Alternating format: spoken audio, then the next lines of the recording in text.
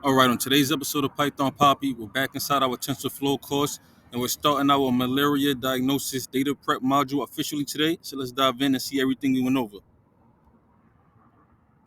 Now, as you know, yesterday we did have some hiccups, so I made sure I dove deep today, and we did take a lot of notes. Let me just pan down. I'm not going to go over everything today because we did do a lot, but I will take it from the top. So this is everything we did this morning. Yeah, I wanted to dive deep, so we did a lot. All right, so we're going to officially start it now. So in this section, hold on. In this section, we will go over the process of data preparation for our malaria diagnosis model. In this data section, we'll make use of a data set contained in a TensorFlow database or datasets module. From here, we will choose the malaria data set to work with. The malaria data set contains a total of 27,558 cell images with equal instances of parasitized and unaffected cells from the thin blood smear slides of segmented cells. Now we will start the process of loading our data, and this is how we will load our data, our malaria data. Let me get it go down so we can finish that.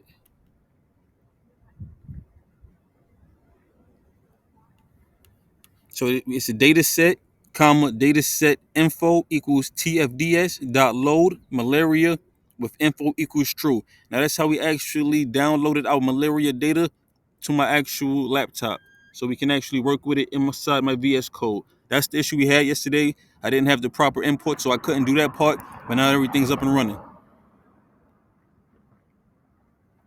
Now we will check our data set information by using this formula, print data set, and it's gonna. I can actually run it for you because it's not that large of a file as of yet, so we can actually run everything. So I can show you it running. I'm not gonna go everything I run.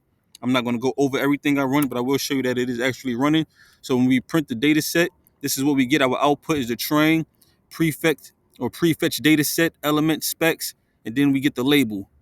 So notice that clearly we see the prefetch data set, and we have the image, and we have the label. And we can also check the dataset info by using this formula here, the print dataset info. And that'll give us this output here. Let me move down so you can see that.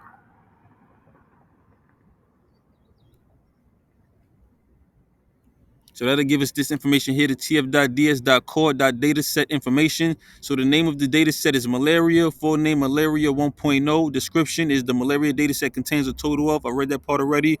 This is the home page to the actual site that it's pulled from. The data directory is this here. The file format is TF record, download size, dataset size, features, images, labels. It actually just gives you all of the information about the data set. So that's what that is about there. Next, we will run a for loop to print our data. So this is the for loop we ran here for data and data set train.take one. Now what this dot take one means, we're just going to take one value from the data set. So I can show you an example of that really quickly.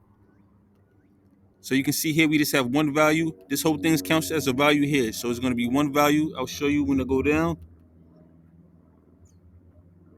See how it stops there? It's just one. We can actually update that to take as many as we need. And I think we have an example of that down here when we actually take four. So you'll see a difference. So you see we have take four here. So you'll see actually we have four values instead of the one. Let me go back and make sure I didn't lose my place. Yeah, so it starts here 1, 2, 3, and 4. Yep. So that's what we did this morning, and we did do a lot more. Like I said, we did take a lot of notes. I wanted to dive deep because of the hiccup we had yesterday. So I felt like I had to make up for lost time, but we're right back on track and we're moving forward. And of course, I will keep you guys posted every step of the way. But for now, this is the Python Papi. You guys stay Gucci.